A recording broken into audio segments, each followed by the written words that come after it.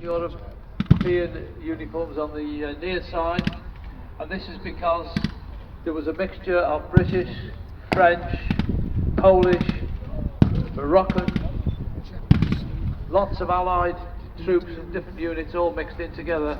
Hence, this is quite an authentic representation of the uniforms and equipment that would have been worn at this time in 1943. So the sporadic small arms fire.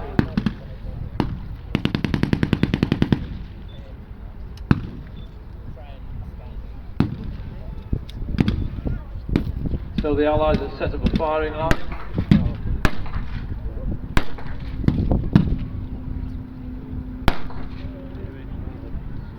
And the mortar crew is now getting ready. I think the mortars coming in from the German side.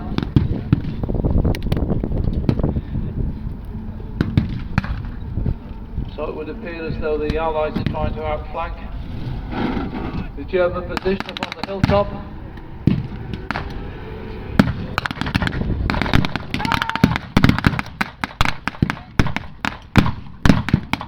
So there's rapid fire from the German trenches up on the hillside. They've got the advantage of the height. So they're sending the universal carrier forward with its armour to find out exactly the positions of the Germans.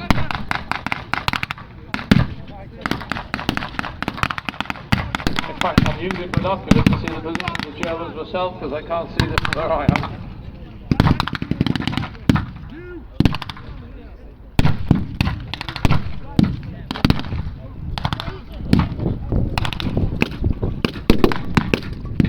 So it looks as though the Allies are in quite a difficult position here to assault a fortified German position. We've got the advantage of the height, and they seem to have more heavy weapons than the British infantry. The British mortars are now firing onto the German position.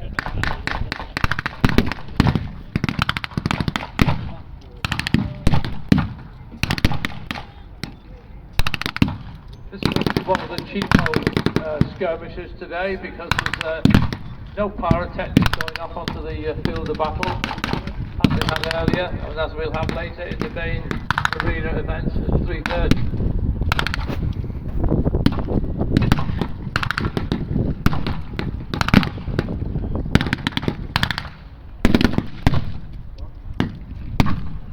Now the Allied soldiers who took part in the battles in Italy when the Normandy invasion took place 6 or 7 months later, June 1944, Lady Astor stood up in the House of Commons and called these soldiers in Italy the D-Day Dodgers because they weren't there fighting in Normandy.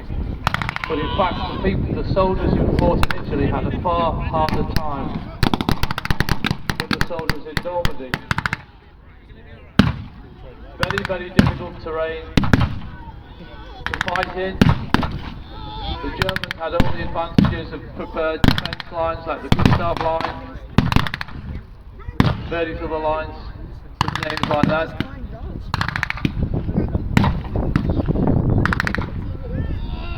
So it looks as though the universal carrier has been hit. The troops are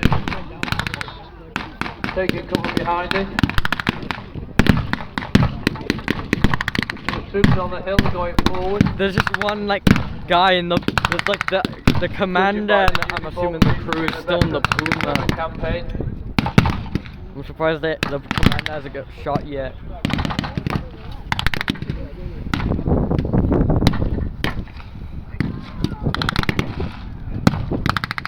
So all the Allied soldiers will be veterans of the desert campaign, highly qualified, highly competent, but also they're facing the Fallschirmjäger, who are the airborne forces of the Luftwaffe, and they also were very highly trained, highly motivated forces.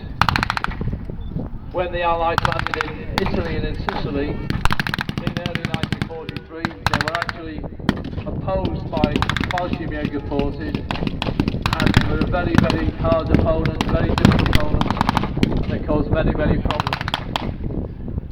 The Fallschirmjäger gained fame in 1940 when it was dropped by glider onto the German fortifications at the port of Amel in southern Belgium. And then later in the war in Greece, and then the famous or infamous Battle of Crete, which Fallschirmjäger airborne forces were dropped without heavy equipment. And although the Germans actually won the battle, they actually took Crete, occupied Crete. The losses were about 40% of the total Fallschirmjäger troops that were committed. And as a result, Hitler gave an order that they could no longer be used as parachutists, they had to be used as normal infantry. But they were still under the command of the Luftwaffe, and in actual fact they carried they had tanks also, they actually had white stars on the tanks, which must have been very confusing.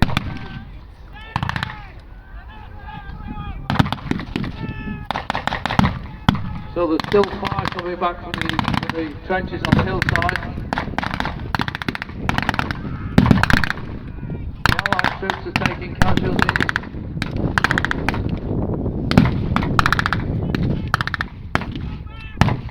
Yes, I think the rate of casualties is such now that they're now being pulled back. The officer in charge has told the troops to fall back.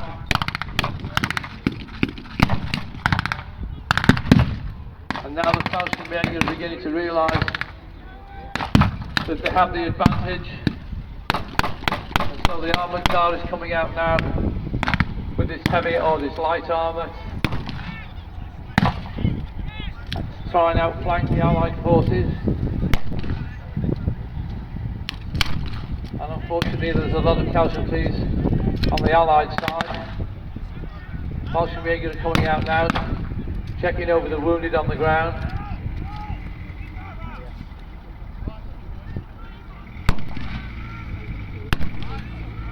So the Allied forces are occupied in a fighting retreat. They're going further back up the hill.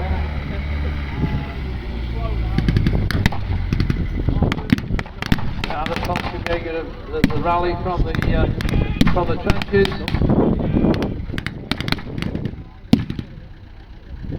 And it looks like for the second time this weekend the Axis forces will prevail.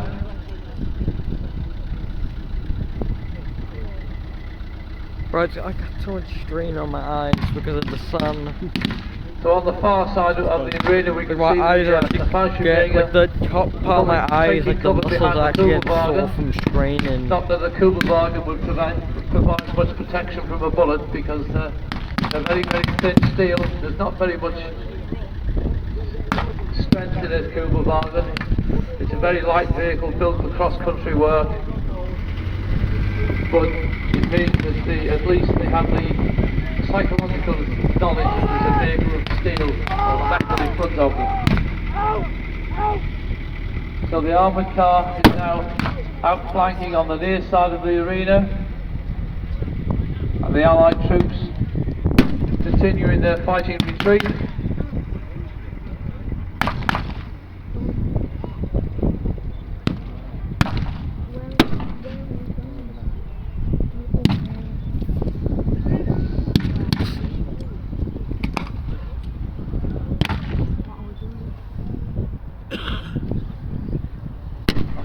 I think the future looks bleak.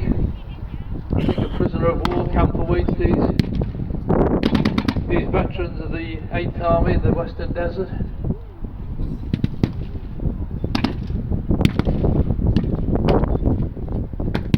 Yes, I think the defensive wall or the attacking forces have actually fallen back now.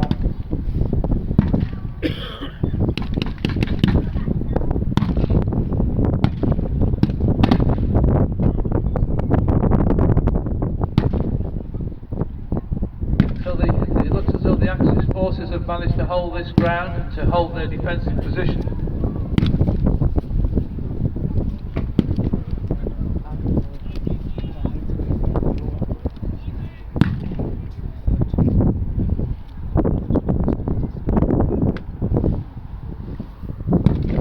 still people in I think that now boys this would be AT gun regarded as the carrier. mopping up stage of the battle.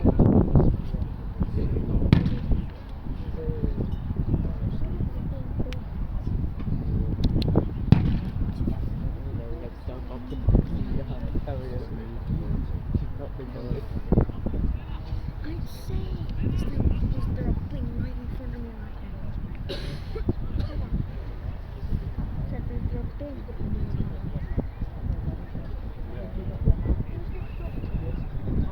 So there's the NDAC signals. We would like to thank yourselves as an audience for watching the skirmish.